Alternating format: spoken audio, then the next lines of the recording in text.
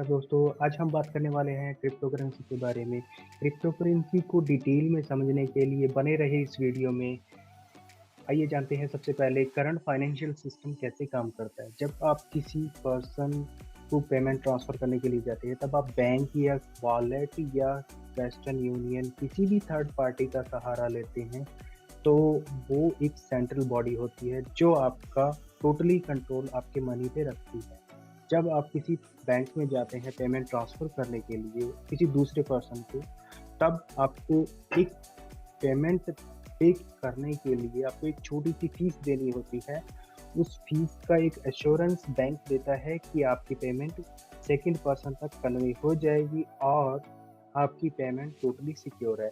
इस चीज़ के कई फ़ायदे भी हैं, इसके नुकसान भी हैं।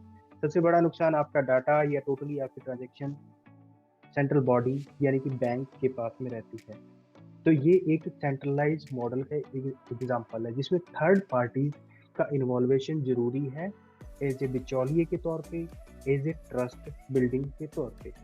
इस थर्ड पार्टीज को अगर हटा दिया जाए और टोटली जो मनी ट्रांजैक्शन है वो डिजिटल फॉर्म में कर दिया जाए, तो एक कैसा मॉडल रहेगा जो दो पार्टीज के बीच में पेमेंट पॉसिबल हो पाती है। तो एक बिटकॉइन एक ऐसा इनिशिएटिव था जो दो पार्टीज के बीच में पेमेंट पॉसिबल करवाई गई थी सतोशी नाकामोटो नाम के एक पर्सन के द्वारा 2009 में, जो बिटकॉइन सबसे पहली क्रिप्टो करेंसी थी।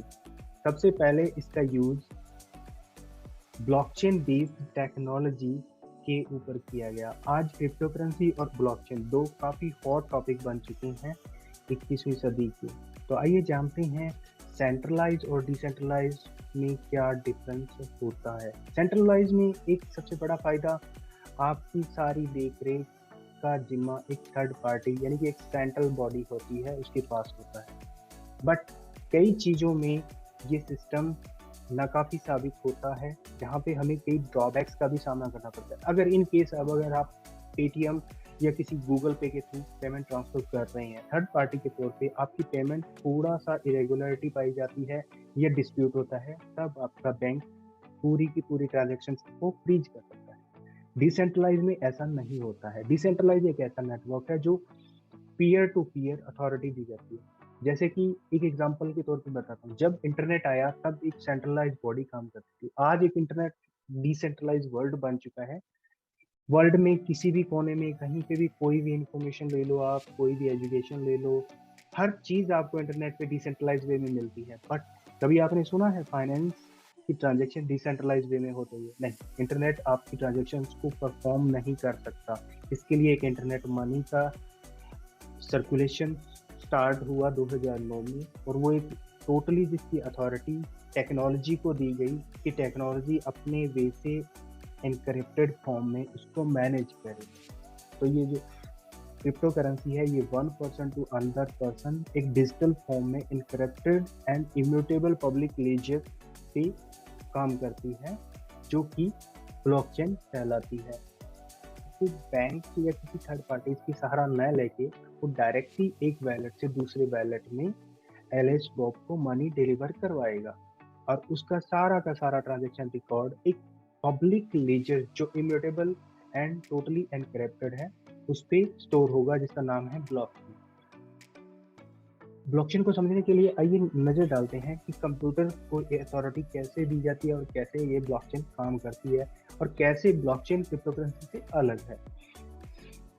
सबसे पहले आपको एक स्क्रीन दिखाई दे रही होगी जिसमें आपको एक कंप्यूटर का आइकन बना हुआ है, जहां से एक पेमेंट इनिशिएट होती है। वो आगे परफॉर्म होने के लिए नेटवर्क की स्पीड को मेंटेन करते हुए एक कंप्यूटर से दूसरे कंप्यूटर में जाती है। जहाँ पे एक ब्लॉकचेन बना हुआ है वहाँ पे एक वैलिडेटर्स लगे होते हैं। वैलिडेटर्स कह लो या माइनर कह लो, जो आपके ट्रांजेक्शन्स को वेरीफाई करने के लिए रेडी बैठे रहते हैं। जब आपकी ट्रांजेक्शन पर्टिकुलर नोड पे जाती है, वो सभी कंप्यूटर्स में आपकी ट्रांजेक्शन्स को रिकॉर्ड कर देता है। वही इंफॉर्मेशन आपकी जाके रिकॉर्ड होती है ब्लॉक्स में, और इसीलिए इसका नाम कंटिन्यूसली ब्लॉक होने के कारण ब्लॉकचेन नाम दिया गया है। इसके बाद कुछ एक सेकेंड या मिनट्स के बाद आपकी transaction one person to another person at the end जो डेजिग्नेशन होता है वहां तक पहुंच जाती है। इसके बीच में काफी सारा प्रोसेस होता है, वो आगे आने वाले वीडियोस में हम अच्छे से जानेंगे। तो ये क्रिप्टो करेंसी मॉडल है जो ये काम करता है। इसके लिए इसको समझने के लिए एक पर्सन है ए और बी के बीच में ट्रांजेक्शन फॉर्म होती है, वो ट्रांजेक्शन ब्लॉक्स में जाती है। मैं एक बार इसको रिवाइज कर रहा हूँ। पर्सन ए बी को ट्रांसफर करता है तो वो ट्रांजेक्शन ब्लॉक्स में जाती है और वहां पे वेरीफाई होने के बाद स्टोर हो जाती है। एक इंफॉर्मेशन हर ब्लॉक में एक साइमल्टेनियसली आपकी ट्रांजेक्शन वेरीफाई हो जाती है और वहां पे स्टोर हो जाती है, और वही ब्लॉक्स मिलके एक कंटिन्यूस चेन बनाते हैं और उसके बाद आपकी ट्रांजेक्शन्स है वो बी तक पहुंच जाती है। क्रिप्टोकरेंसी के टाइप समझने के लिए हम एक नज़र डालते हैं क्रिप्टोकरेंसी के टाइप पे। क्रिप्टोकरेंसी के टाइप वैसे ज़्यादा नहीं है, अलग अलग कंसेंसस मैकेनिज्म की वजह से इनको डिवाइड किया जाता है, कैटेगराइज किया जाता है। बट एक स्मॉलर सा एक एग्जांपल मैं आपके सामने रख रहा हूँ। क्रिप्टोकरेंसी के टाइप क्या होते हैं बाय देयर नेचर। बिटकॉइन है जो मेजर पेरेंट क्रिप्टोकरेंसी है, और ऑल्ट कॉइन जिन्हें अल्टरनेटिव कॉइन्स भी बोला जाता है। बिटकॉइन के अलावा सभी अल्टरनेटिव कॉइन्स होते हैं। अगर इनके अलग अलग टाइप से कैटेगराइज करें तो भी इनके अलग अलग नेचर होता है, अलग अलग कंसेंसस मैकेनिज्म, अलग अलग माइनिंग, अलग अलग सर्कुलेटिंग सप्लाई। इनका मॉडल्स कुछ अलग तरीके से काम करता है। अब एक नज़र डाल लेते हैं क्रिप्टोकरेंसी की। आइए नज़र डालते हैं क्रिप्टोकरेंसी के एडवांटेज पे। क्रिप्टोकरेंसी क्यों सेंट्रल जो मनी है उससे ओवरकम किया है, उसने क्यों पॉपुलैरिटी गेन की है, इस टॉपिक पे नज़र डालने से बाद आप खुद क्लियर हो जाएंगे कि क्रिप्टोकरेंसी ने गेन क्यों लिया है। इमीडिएट सेटलमेंट, वर्ल्ड के किसी भी कोने में आपने पेमेंट ट्रांसफर करनी है, आपका इमीडिएट सेटलमेंट होता है। इंडिया से अगर आपको यूएसए में फंड सेंड करना है तो विद इन 5 to 20 मिनट आपका फंड वहां पे डिलीवर हो जाता है।